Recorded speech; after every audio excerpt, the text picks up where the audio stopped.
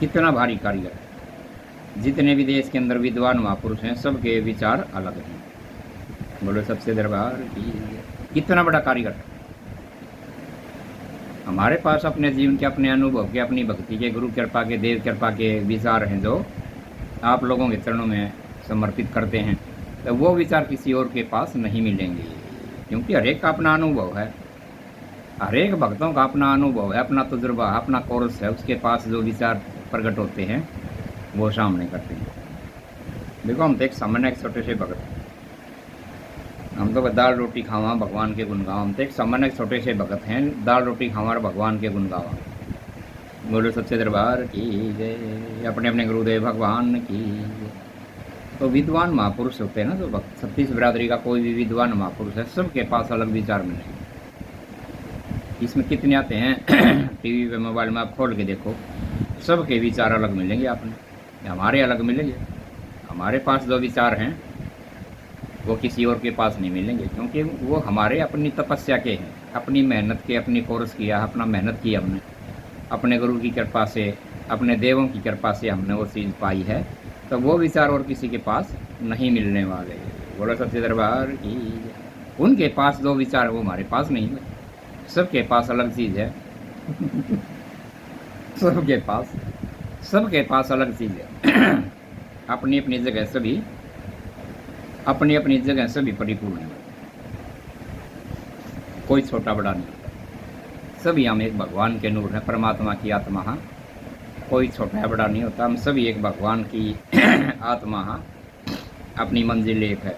कबीरा कुआ एक है, पनहारी है अनेक है, और बर्तन सब के न्यारे न्यारे, लेकिन पानी एक का एक। कितनी गजब की बात कही कबीरदास महाराज ने, कलम तोड़ दी बात। साईं बाबा ने भी कही है कि भाई सबका मालिक एक है। साईं बाबा ने बहुत सुंदर वाणी की। मत्स्यनाथ बाबा कहता है, बोले भाई किसका तू सुमरण करता रहे, किसका जपता जाप से, हर जिसने तू ढूंढत फिर रहे, सो तू अपने आप है। मत्स्यनाथ बाबा कहे, अरे किसका तू सुमरण करता, अरे किसका जपता जाप है, हर जिसने तू ढूंढत फिर से, सो तू अपने आप है।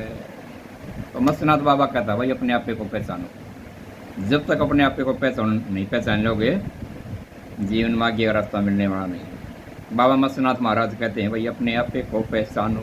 तुम कौन हो, कहाँ से आए हो, किस लिए आए हो, कहाँ से आए हो, कहाँ तुम्हें जाना है, किस लिए तुम आए हो, और किसने तुम्हें भेजा है।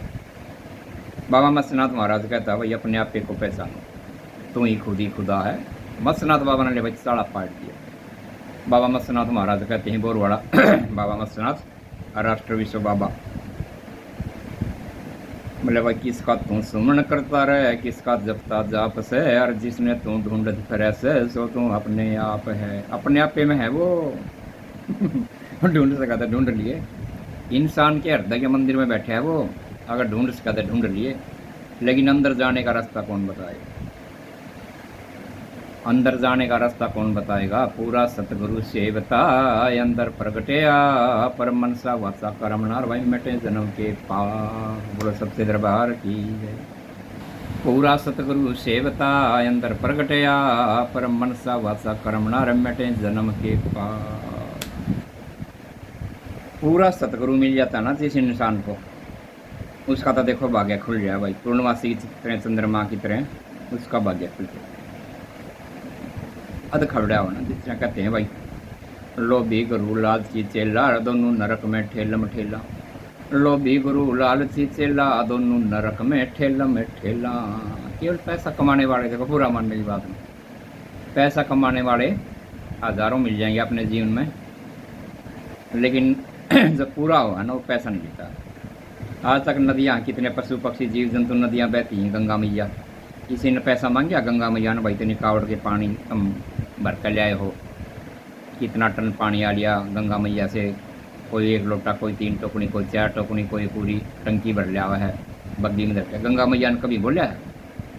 इस सूर्य भगवान की किरणों से सबके थेपड़ी सूखे, कपड़े सूखे, गोसे सूख जाते हैं। सूर्य भगवान ने कभी कहा है कि मेरा टैक्स दे दो। पूर्णमासी के चंद्रमा खिलता है, कितनी उसके अंदर मधुरता है। कितनी रोशनी करे। पूर्णमासी के चंद्रमा ने कभी कहा है? कहते हैं भाई वृक्ष नहीं खाते कभी अपना फल, नदियाँ ना पीवे कभी अपना जल।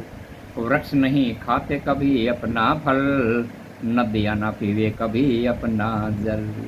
तो ये सब कुछ फ्री में है परमात्मा के घर से। परमात्मा के घर से तो सब कुछ फ्री में है। सूर्य अपना प्रकाश है ना फ्री में देव है। पूर्णमासी का चंद्रमा अपना प्रकाश फ्री में देव है। हवा चलती है वो भी फ्री में है, भगवान की कुदरत की। ये श्वास हमारे अंदर अपने आप आ रहा है, वो श्वास है, वो हवा है, उसका कोई टैक्स पैसा लिया आज तक भगवान ने?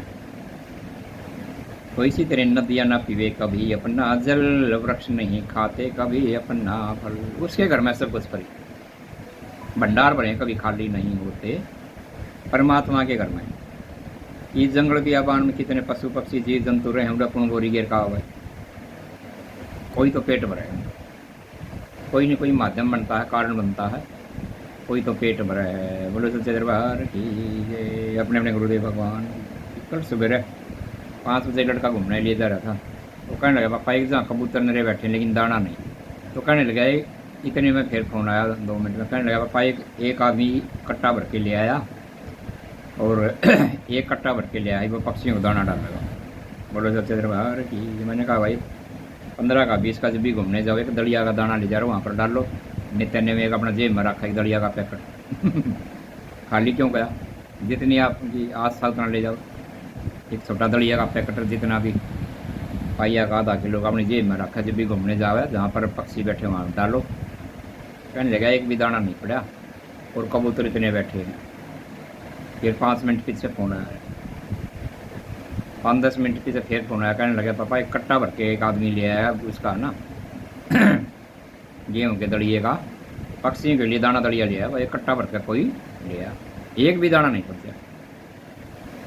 पर इन्हें बताओ था कि नदी तरफ घूमने का। देखे कोई आदमी वो भगवान, कोई आदमी बड़ा भगवान था, एक कट्टा भर के जो लिया है।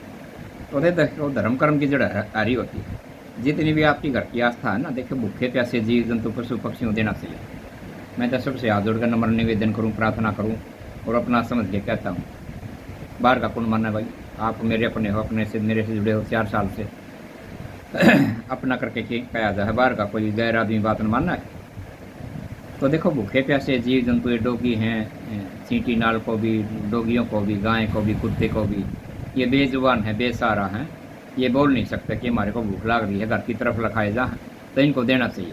बड़ा पुण्य लगता है, बड़ा पुण्य लगता है। हर आदमी की किस्मत भी संवरती है। कहते हैं ये लोक सुखी परलोक सुखी, ये जन्म भी सुधरेगा, आगे आने वाला भी, ये लोक सुखी परलोक सुखी, दोनों जन्म सुधर जाए। भूखे प्यासे जीव जंतु पशु पक्षियों को खिलाने से पिलाने से ये लोक सुखी परलोक सुखी। जितनी आस्था उतना करो। कि वे गरीब आदमी होता है जी, मेरा तो परिवार का खर्चा बड़ी मुश्किल से चल रहा है 300-400 रुपये शाम तक कमावा और परिवार इतना बड़ा, मेरा खर्चा बहुत मुश्किल से चल। एक गरीब आदमी ऐसा बोलता है तो वो तो एक मुट्ठी आटे का भी दान कर दे, एक मुट्ठी उसमें चम्मच चीनी बुरा डाल करके एक मुट्ठी आटे का भी दान कर दे, वो भी लागा उसका, क्योंकि वो गरीब है। ये बड़े बड़े सेठ लोग हैं, व्यापारी लोग हैं, उन्हें जाने के खुआ दें भाई, भंडारा लगा दें, 56 भोग लगा देते हैं, हलवा खीर छोले पूरी भटूरे बेरने के बना दें। तो उनके पास इतना दिया भगवान ने, वो ज़्यादा, जिसको ज़्यादा दिया वो ज़्यादा ला रहा है भाई। तो इसमें किसी की नकल क्यों करें? जितनी आपकी घर की आस्था उतना करना चाहिए, उसमें कभी नुकसान नहीं होता, मेरा फायदा हुआ है। जितनी भी आस्था है उतना करना चाहिए। ये बाप की आस्था है भाई, रोजाना 50 का 25 का 40 का 50 रुपये का तो दान में कर सकूँ रोजाना का, इतनी तो आस्था है और इतना भगवान ने दिया है, तो उसमें क्या नुकसान भाई? बाबा ने भी कहा बोला भाई 10वां हिस्सा दान करो या दौलत तुम्हें फाव जा, 10वां हिस्सा दान करो या दौलत तुम्हें फाव। तो थोड़ा सा अपने जितनी भी आपकी आत्मा उठा ना उतना दान करना चाहिए। भूखे प्यासे बेचारे बेजुबान है, इन्हों लखाए जाएंगे, चिड़िया है, काग है, कबूतर है गिलहरी है, बिल्ली कुत्ते, ये सभी चीज़ जीवात्मा भगवान के बनाए हुए हैं। गाय है, बछड़ा है, बछड़ी है, खागड़ है, ये सभी जीव भटकते आंड है। किसी रूप में पहले साधु आया करते, अब साधु नहीं रहे, वो साधु नहीं आते, कभी अलग जगाने, लेकिन ये गऊ और गाय खागड़ बछड़े बछड़ी आवे